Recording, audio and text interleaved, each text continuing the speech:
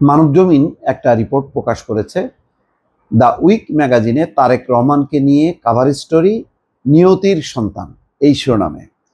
British সাপ্তাহিকী the Week news magazine চলতি সংখ্যায় বাংলাদেশ জাতীয়তাবাদী দলের ভারপ্রাপ্ত চেয়ারপারসন তারেক রহমানকে নিয়ে কাভার স্টোরি করেছে, যার শিরোনাম ডেস্টিনিস চাইল্ড বা নিয়তির সন্তান।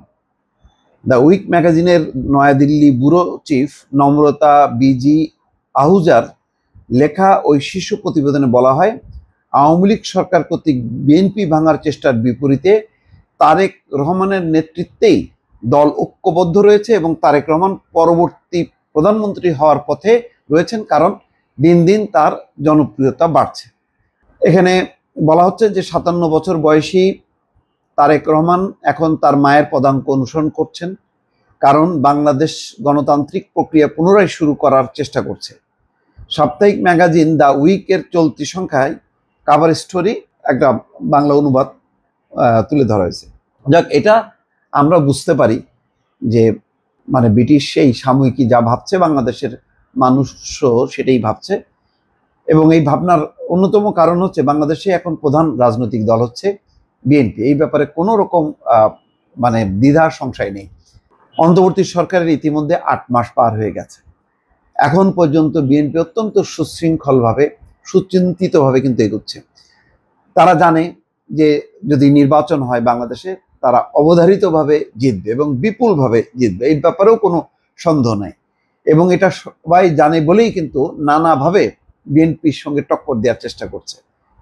কারা কারা টক্কর দেওয়ার চেষ্টা করছে আমি আর নাম বললাম না, ইতিমধ্যে আপনারা জেনেছেন। কিন্তু বিএনপি কিন্তু তার অবস্থান থেকে নড়চড় হচ্ছে না। তারা বলছে যে বাংলাদেশে একটা সাংবিধানিক সরকার দরকার, একটা গণতান্ত্রিক সরকার দরকার। গত 15 বছরে ভোটের জন্য এই দল লড়াই সংগ্রাম করেছে এবং হাজার প্রতিকূলতা, বিএনপিকে নিশ্চিহ্ন করার একটা পরিকল্পনা প্রচেষ্টা, সেটা একেবারে কত বিএনপির নেতাকর্মী নিহত হয়েছে, কত নেতাকর্মী মামলা কাঁধে নিয়ে, 60 লাখ নেতাকর্মীর বিরুদ্ধে মামলা, কত লক্ষ মামলা তাদের উপরে, এটার কোনো ইয়াত্তা নেই। মানে এত নির্যাতন নিবর্তন মানে বাংলাদেশের ইতিহাসে কোনো রাজনৈতিক দল ভোগ করেছে এমন কোনো পরিসংখ্যান কিন্তু পাওয়া যায় না, যেটা বিএনপির ক্ষেত্রে পাওয়া যায়। এত কিছুর পরেও বিএনপিকে কিন্তু মাঝে মধ্যে টোকা দেয়া সম্ভব হয়েছে, কিন্তু ভাঙা যায়নি। কেন যায়নি? দেখেন, বেগম খালেদা জিয়া আজকে অনেক বছর ধরে অসুস্থ এবং কারাবন্দী ছিলেন, কিন্তু তার অনুপস্থিতিতে তারেক রহমান লন্ডনে বসে কিন্তু একেবারে তৃণমূলের শেষ যে কর্মীটা তাকেও পর্যন্ত নক করেছে, তাকেও আঁকড়ে ধরার চেষ্টা করেছে। এই যে সর্বব্যাপী প্রবাসে দেশে সর্বস্তরের নেতাকর্মীদের সঙ্গে অব্যাহতভাবে সারা দিন রাত তার যে চেষ্টা দলকে ঐক্যবদ্ধ রাখা, যার জন্য দলের নেতাদের মধ্যে অনেক কোন্দল আছে, বিভাজন আছে, কিন্তু কেউ কিন্তু দল ছেড়ে যায়নি।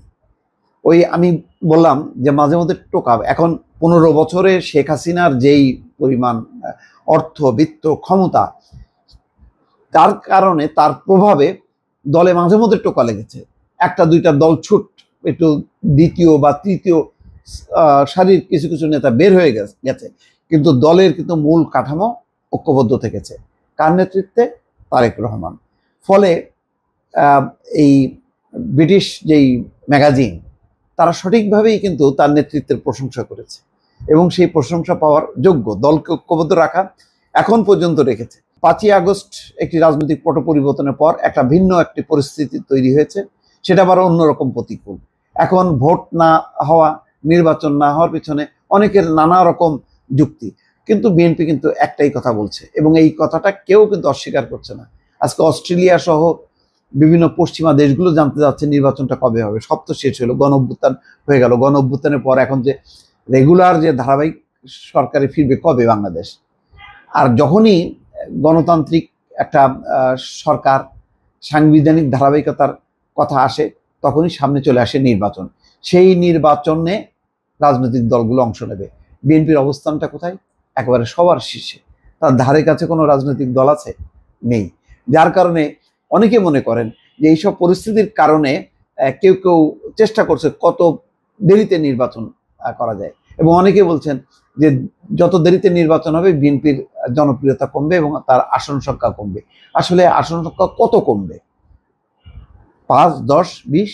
তারপরেও কি বিএনপির ধারে কাছে কেউ আসতে পারবে? এটা আমার একটা প্রশ্ন, আমার কৌতূহল। আমি যেটা মনে করি যে বাংলাদেশের জনগণ 5ই আগস্ট যেমন শেখ হাসিনাকে হটাইতে বিন্দুমাত্র যেমন ভুল করেনি, তেমনি আগামী নির্বাচনে তারা ভুল করবে না। এমন কোনো রাজনৈতিক দলকে আনবে না যার কোনো গণভিত্তি নেই, যার মধ্যে কোনো শৃঙ্খলা নেই, এমন কোনো রাজনৈতিক দলকে কিন্তু আনবে না।